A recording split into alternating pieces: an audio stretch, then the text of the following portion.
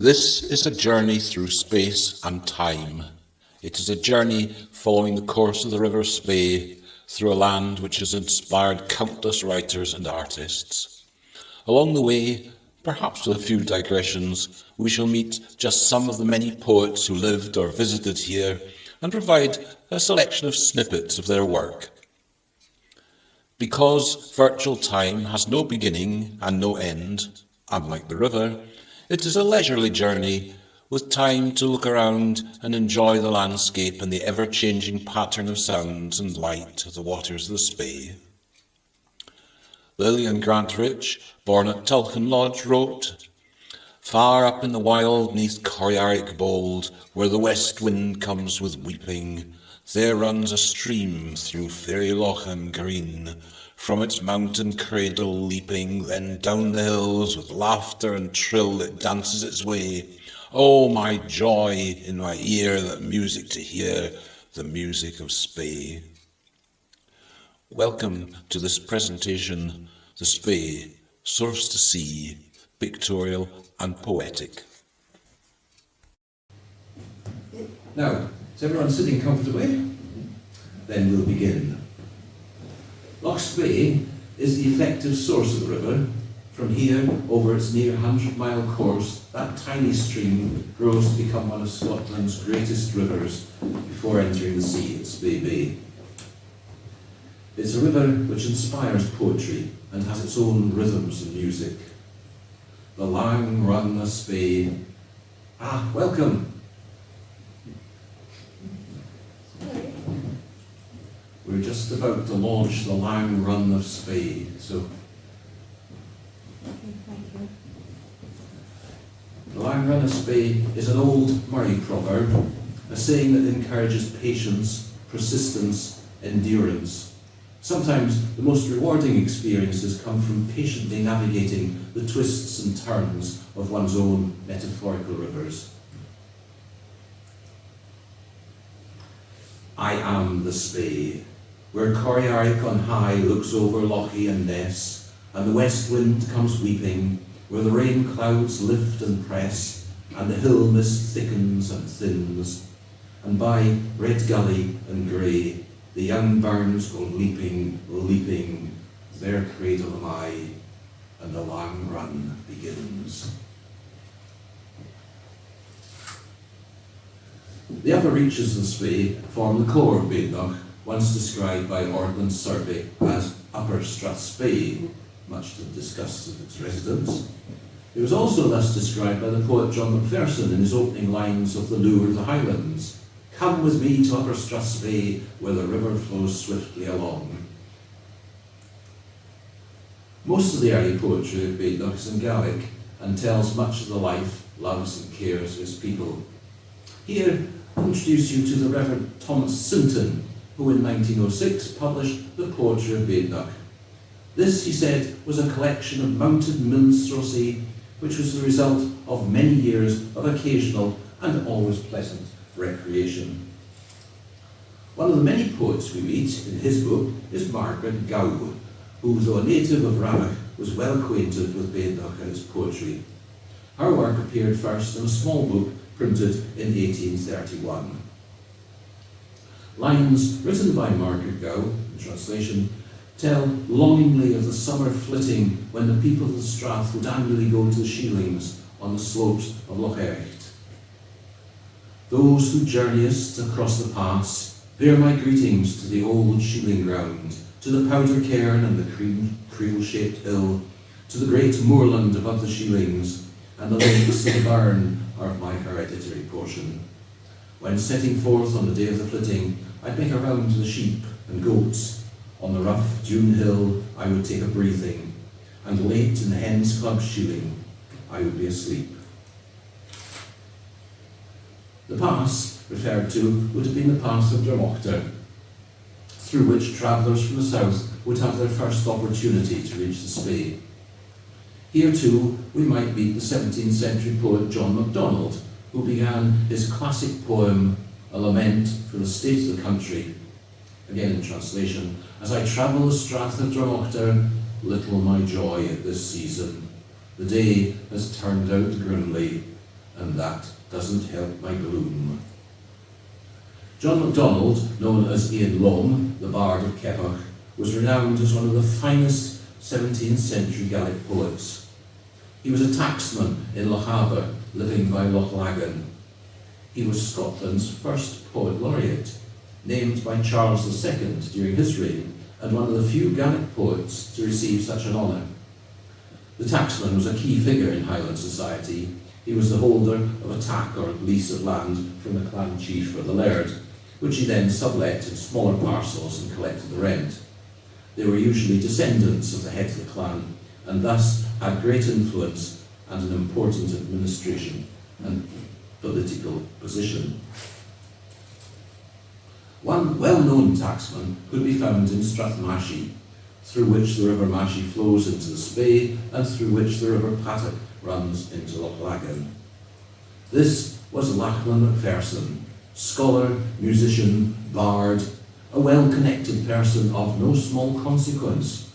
He lived in the second half of the 18th century and composed many pieces in both English and Gaelic. Strathmashi himself used to sit in the porch of his house and there amuse himself and others with his violin and witty rhymes. One such describes a wedding of two old folk. Among the wedding guests was this facetious tacksman himself, whose sense of humour was highly tickled by the fact that the whole company was grey-haired, and whose lines of verse were poking fun at the guests at his own expense. Out spake the bridegroom himself, "The hue of silver's on us all, what blemish have we neath the sun? Unless satirist be rhymus." Patrick Mavort mildly said, "I've got the silken flag, and unless this bard stops his failing, as I live, the cord goes on him." Fearlessly outspake the clerk, "Mine is the right above the rest. The minister will take my part, and the bard will go into the branks."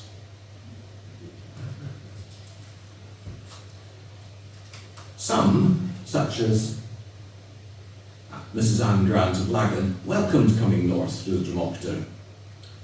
"Whilst slow I part with tearful eye, and strive to check the bursting sigh, imagination's powers recall the weary, languid hours, when tired of prate and noise and town, I snatched my muff and tucked my gown, and waded through each miry street to find Dromoctor's calm retreat." This was written by Anne Grant, whose husband, the Reverend James Grant, took charge of the parish of Lagan in 1779. Her letters and poems, when published, took Edinburgh by storm. Bainach is known as Macpherson country. They tended to be strong Jacobite supporters, and prior to the 45 were inevitably involved in clan warfare and feuding. And so we now arrive at Newton Moor and the Clan Macpherson Museum. And here we meet our next poet, William Edmonston Aytoun, who wrote a lively parody on one imagined feud. It begins, "Fersen swore a feud against the clan MacTavish, marched into their land to murder and to ravish. For he did resolve to extirpate the vipers with 24 men and 35 pipers." Aytoun was born in Edinburgh in 1813, appointed Professor of Rhetoric and Belles Lettres at Edinburgh University in 1845, and was considered the first modern professor of English literature. His intimate knowledge of the great ballads allowed him to parody them hilariously. The Massacre of Macpherson is probably the most beloved example. Next, on our fragmented river journey, we come to Kingussie. Kingussie, capital Bainach, translates as the head of the pines, or the pine forest. Robert Louis Stevenson came on holiday to Kingussie in July 1882, staying first in a hotel and then, until September, renting Spey View, where he was joined by his family. Here he produced The Graver and the Pen, or Scenes from Nature with appropriate verses. This was published in Edinburgh, but as it says on the cover, It was only by the kindness of Mr. Creer of Conusey that we were able to issue this little work, having allowed us to print with his own press when ours was broken. One set of verses was entitled, appropriately, The Disputatious Pines. The first pine, the second said, my leaves are black, my branches red, I stand upon this moor of mine, a hoar, unconquerable pine. The second smiled and said, I'm as good a pine as you. Discourteous tree, the first replied, the tempest in my boughs has cried, the hunter slumbered in my shade, 100 years ere you were made. The second smiled as he returned, I shall be here when you are burned. So far, dissertation ruled the pair, each turned on each a frowning air, when, flickering from a bank anigh, a flight of martins met their eye. Sometime their course they watched, and then they nodded off to sleep again.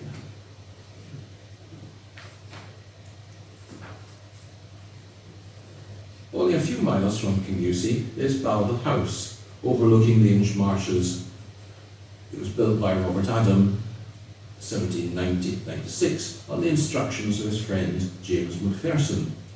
Macpherson, a farmer's son from Inchtroy, was the Badenoch's parochial schoolmaster at Ruthven from 1754 for 4 years.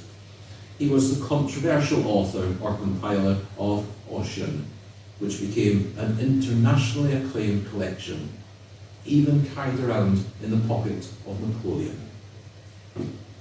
His fragment of ancient poetry, collected in the Highlands, was the voice of Ossian, the blind bard of legend. But lead me, O Malvina, to the sound of my woods, the roar of my mountain streams. Our voices shall be heard at times in the desert. We shall sing on the breeze of the rock. Just beyond Aviemore, as the road curls away from the river for a while, is the loch and the small settlement of Avilochen. Here, staying in a caravan whilst on holiday, we find Scottish playwright, novelist and poet, 2016 Scottish Macker and Poet Laureate Jackie Kay. Much of her writing has an element of autobiography, and this is probably the case in this poem, Caravan, Avilochen. The rain on the caravan roof, a skin drum or birds dancing, and in the morning the hens come out to the caravan steps, feathery feet, on the hunt for bacon, maybe egg. Then, guess what?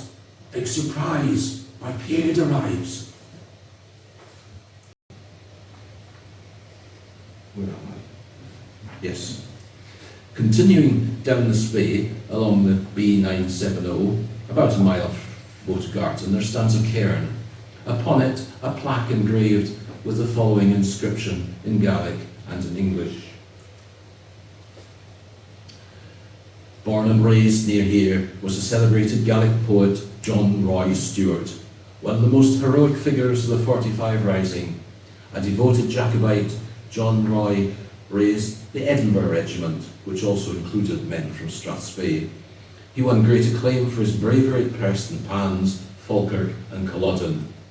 He is one of the best known of the local bards, writing mostly in Gaelic. Culloden Day.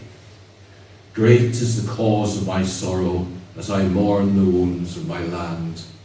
O God, be strong, thou art able to keep in subjection our foes.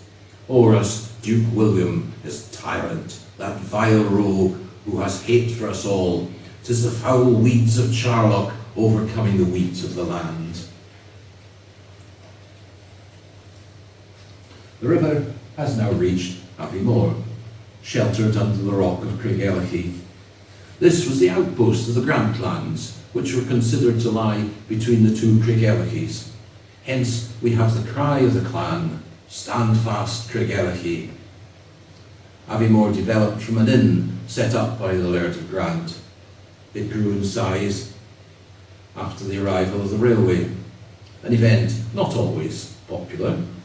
It was a subject of verses by John Grant Shirp, who saw the destruction of Highland culture brought by the railway. A cry from Craigellachie. must then pass quite disappearing from their glens the ancient Gael. In and in must Saxon wriggle, Southern Cockney must prevail. Clans long gone and prebox going, shall the patriarchal tongue from the mountains fade forever with its names and memories hung. Nay, whate'er good the herald, whate'er succumbs to that hideous roar, the old charm is disenchanted, the old Highlands are no more. One of the major tributaries of the Spey is the River Drury, flowing from Loch Morlich, situated in Glenmore at the foot of the Cairngorms. The romantic scenery and legends had a fascination for poets, none more so than for Sir Walter Scott, who made it the scene of the bard's incantation. There is a voice among the trees that mingles with the groaning oak, that mingles with the stormy breeze and the lakes and the lake waves dashing against the rock. There is a voice within the wood, the voice of the bard in fitful mood. His song was louder than the blast, as the bard of Glenmore through the forest passed. Scott, born 1771, studied law at Edinburgh University. Following his father into the legal profession, Scott held the position of clerk in the Court of Session in Edinburgh. His literary career began with poetry in the first decade of the 19th century.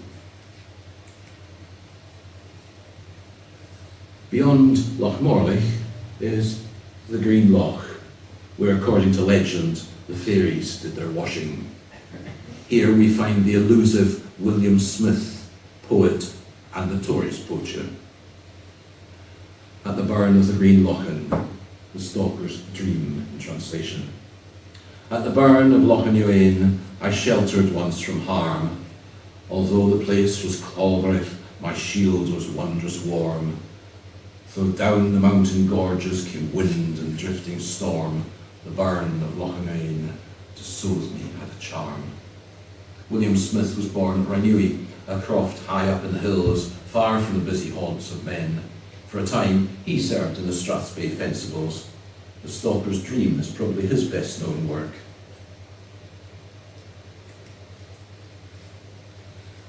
Further on, we cross another of the Spey's tributaries, the River Nethy. Like the Drury, this was a river used for floating timber. The great timber forests consisted of logs fastened together into rafts before being floated down the Spey to Garmouth. This technique was devised by one Aaron Hill. Hill, a frequent visitor to Culnakyle, was better known as a poet, writer, composer, traveller, and a London theatre manager. 1728, he wrote about his golden groves of Abernethy. High on the mountains of our northern shore, the gummy pine shall shed her pitchy store. Tall firs, which useless have long ages grown, shall freight the seas and visit lands unknown. He also scratched on an inn window pane, Scotland, thy weather's like a modish wife, thy winds and rains forever are at strife. So termagant a while her bluster tries, and when she can no longer scold, she cries. Just outside Nethy Bridge is Castle Roy, overlooking the Spey and the church graveyard. Here are the grave results of the only two murders of Highland policemen whilst on duty, both within 20 years of each other and both buried within yards of each other in the churchyard. One was James Fraser, murdered in Grantown, and the other Constable King in Tulloch. Matthew Anderson, himself a policeman, wrote of the shooting of Constable King by Alan McCallum, a renowned local poacher. The trigger is pulled and the bullet is sped. The stillness is broken, the constable's dead. Another poet takes our journey into Grantown. This was James Horn from Fay, near Nethy Bridge. In 1865, he published an ode to a pump in Grantown Square. The poem, which is perhaps a cross between Burns and McGonagall, includes "Old wives loudly laud thee for thy water palatable. Young men loudly laud thee for something else reputable. Many a young gallant will with solicitude towards thee cast his eyes, expecting every moment to see the darling of his heart, whom he loveth out to royal, standing by thee, holding in her hand a stoup or pail. And if he sees her, towards her he eagerly pursues, steps until he reach her. Then the happy story begins." No journey through the Highlands, let alone down the Spey, could avoid mentioning Robert Burns. September 1787, he wrote about the scenery on his journey and his dinner at Castle Grant with Sir James and Lady Grant. Here, though, it was more than the scenery that caught his eye. One of the dinner guests was Leslie Bailey from Altyre, of whom he later wrote, "To see her is to love her, and love but her forever. For nature made her what she is, and ne'er made sick another." When we reached the Bridge of Anne, were we to turn from our route along the Spey and follow its tributary, the River Anne, up to Glenlivet, we might reach the land of John Milne of Glenlivet. One of his many works was a poem on the decay of the Scotch language. "Auld honest Scotia's slighted sair, her plain good speech can please nae mair, but we're new-fangled ilka hair, and that's our shame. For we're aye seeking what is rare and far frae hame." Milne, an orphan at the age of 5, was brought up by his grandfather, a blacksmith. His education, he says, consisted of 3 months at school in each of 3 succeeding winters. For many years, he made his living making and smuggling whisky, writing and selling ballads. If we now cross to the west side of the River Spey and continue on our journey, we shall come to Lochando. Here lived another local poet, Alexander Christie, whose work gives us a picture of life by the Spey in the middle of the 19th century. He wrote of local fairs and other events, including a crossing of the river by boat to go to Peter Fair. "But when we arrived at where they were crossing, I thought the boat had been down in a crack. There were old wives, hairdlooms and haired lassies, and stout dames from Tulchan wi' woe on their back. We young lads and lassies sprigged up in fine dresses. I tell you, our lading looked something rare while they're rowing the boating to get us across to Peter Fair." Continuing on the road on the hill above the Spey, close to numerous distilleries fed by its water, we reach Archiston. Strewn like grazing sheep, high on windy hill, grey as ancient keep, quiet and stark and still, is dun old Archiston. Winter's wrath is strong, grim his frosty stare, life is sad and long, making man despair in dun old Archiston. Summer comes, however, blithely robed in light. Then is man's endeavour, brave from morn till night, in dun old Archiston. This description was from writer William John Grant, described at the time as a new Scottish genius. Grant was born in Murrayshire and was possibly a descendant of James Hogg, and also Robert Grant, the famous astronomer who lived in Lethingtree Lodge in Grantown Square.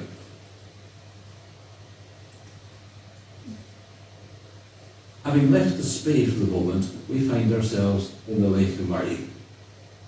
A land of many memories, a land whose gardens smile, whose harvest fields lie in the sun for many a golden mile. I look on the Lake of Murray, dreaming a little while, for the past is full of faces, and fancy will beguile. This piece on the Lake of Murray, published around 1920, was penned by Elgin poet and writer David J. Mackenzie. Mackenzie became a Scottish sheriff substitute and founder of the Elgin Literary Magazine. He was the great-grandson of William Marshall, the famous composer and fiddler.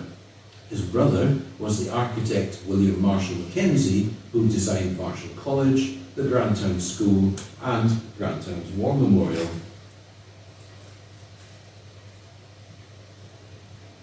Another famous poet, whose acquaintance we really ought to make, was one who frequently travelled along the route of the Spey, and this James Macqueen, the railway poet. Macqueen, also known as the Minstrel of Murray, was a Scottish violinist, composer, songwriter and poet.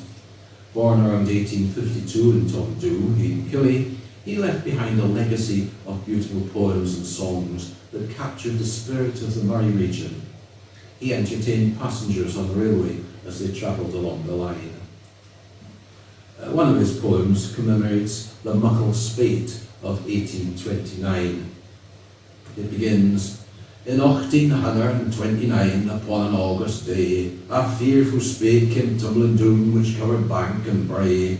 The siller streams of moorland grew clay-white ere 'twas eve, and mony an ane that afternoon had their sweet cots to leave." Not all poets came from rich or academic backgrounds. Whilst in Elgin, we meet William Hay and Jessie Kesson, both from impoverished beginnings. William Hay was born about 1794 in a tenement in Whitehorse Close, Elgin. Hay never knew his father, but as a half-clothed and half-fed street urchin, he was educated for free in the newly established Elgin Academy. Later he became tutor to the family of Cumming at Logie, and ultimately appointed Poet Laureate of the Elgin Murrayshire Club. He wrote of Grantown, "Grantown, gin you're fond of scenery wild, gang there in summer when the season's mild." Another Elgin tenement, a close was frequented by Jessie Kesson, a name many will recognise. Jessie was born illegitimate in a workhouse in Inverness in 1916 and went to live in Elgin, staying sometimes in the model lodging house and sometimes in an Elgin slum. Yet in 1984 and 88 she was awarded honorary doctorates from the University of Dundee and the University of Aberdeen. And in 2009, Scotland's Creative Writing Centre in Monaghmore established the Jessie Kesson Fellowship in honour of her life and work. In one poem, she wrote of those who gathered at the close mouth to tell their stories of life at sea. "The spellbinders, I miss the ancient mariners, the tellers of tall tales, who clustered round the close mouth of my childhood and cornered me, reluctant to set but one believer free."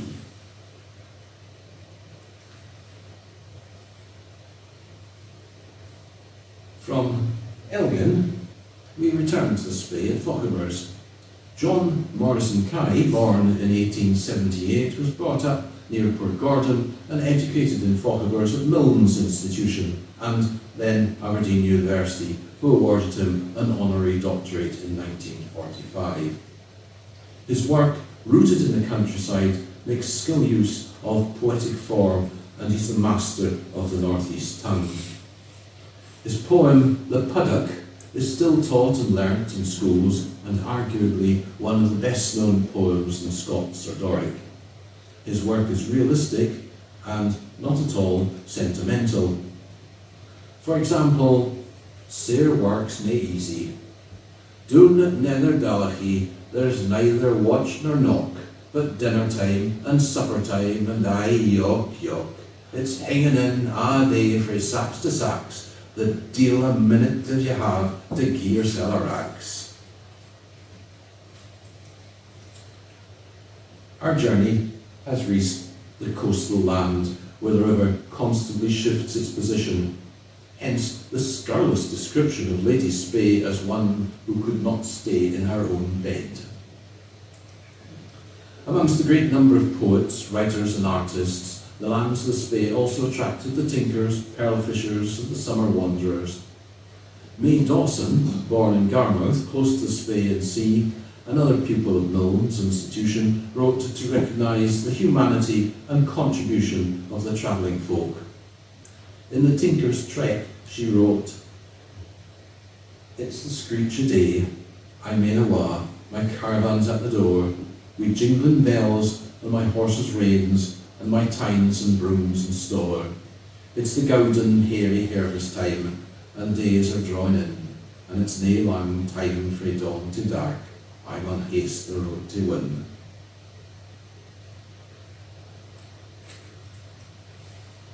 And so, our journey reaches the sea. Our opening poem was written by Charles Hilton, born in Elgin in 1890, son of Murray's Procurator Fiscal. He graduated with a first-class honours in classics before marrying a lass from Glenlivet and commencing a career as a civil servant in India. Writing under the name of Hilton Brown, he's been described as a chameleon of literature, shifting between genres, continents and poetic forms, an explorer of words and worlds and a weaver of tales. His poem, like our journey, started at the source of the river. It finishes, "A long run and a good, but the end draws near, down by Orton Wood, down to Faughibers, till the Scran seafowl sheer, through the beating air that stirs, with the loud sea's neighbourhood, and the firth lies open and clear, full grown in majesty, swift as the running deer, Spey comes safe to sea, the lang run's ended."